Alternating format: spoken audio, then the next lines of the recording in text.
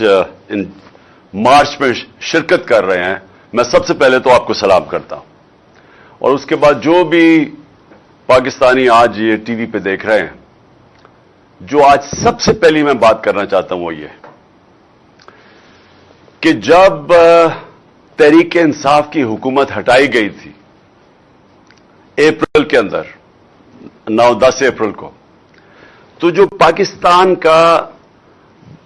بیرون ملک سے قرضے لینے کا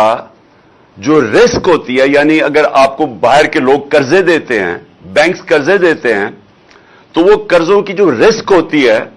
کہ قرضہ واپس نہیں ہوگا، وہ 5% تھی۔ وہ 5% تھی آج سے 7 مہینے پہلے جب ہماری حکومت گرائی گئی ہے۔ آج اخباروں میں آیا ہوا ہے کہ جو ہماری رسک ہے، یعنی ہم قرضہ واپس نہیں کر سکتے، وہ رسک 5% تھی، آج وہ 64.5% ہے۔ یعنی 64.5% رسک ہے کہ پاکستان اپنے قرضوں کے اوپر قسطیں واپس نہیں کر سکتا۔ اس کا مطلب،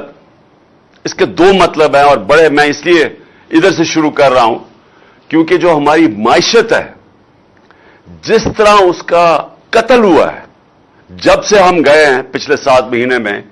چاہتا ہوں کہ یہ ذرا قوم سمجھے ہوا کیا ہے۔ اگر ہمارا ڈیفالٹ ریٹ، یعنی کہ ہم 5% سے 64.5% پہ گئے ہیں، اس کا مطلب کہ دنیا یہ سمجھتی ہے کہ پاکستان کی جو معیشت ہے وہ اتنی کمزور ہو گئی ہے کہ وہ اب اپنے قرضے واپس نہیں کر سکتی، اور ان کا جو 64.5% کا مطلب کہ یہ ہے اب رسک کہ اگر آپ پاکستان کے اوپر کوئی قرضہ دیں گے تو 64.5% چانس ہے کہ پاکستان قرضہ واپس نہیں کرے گی۔ تو اس کا مطلب کیا ہوا؟ اس کا مطلب سب سے پہلے یہ ہوا کہ اگر ہم سوچ رہے ہیں کہ بیرون ملک سے کوئی سرمایہ کاری کرے گا پاکستان میں، یہ جب وہ دیکھتے ہیں، جب ان کے سامنے یہ رسک آتی ہے پاکستان کی، تو اس کا مطلب کہ بیرون ملک لوگ اب پاکستان کے اندر سرمایہ کرتے ہوئے ڈریں گے کہ اگر اس ملک کا ڈیفالٹ ہو گیا، یعنی ڈیفالٹ کا مطلب ہے جب ملک ہاتھ کھڑے کر دیتا ہے کہ ہم اب قرضے واپس نہیں کر سکتے۔ اور یہ یاد رکھیں، یہ سارے قرضے، یہ جو 2 خاندان پچھلے 10 سالوں میں انہوں نے 4 گنا ہمارا قرضہ بڑھایا تھا، تو یہ جو ان کے قرضوں کے اوپر قسطیں ہیں، وہ اگر ہم واپس نہیں کر سکتے، اور تو ہمارا اگر ڈیفالٹ ہو جاتا ہے تو ساری دنیا پاکستان کی فنڈنگ بند کر دیتی ہے، اور سب سے نقصان عوام کے لیے کہ ڈیفالٹ کر دے تو آپ کو کیا ہوگا؟ سب سے پہلے چیز یہ ہوگی کہ روپیہ مزید نیچے گرنا شروع ہو جائے گا۔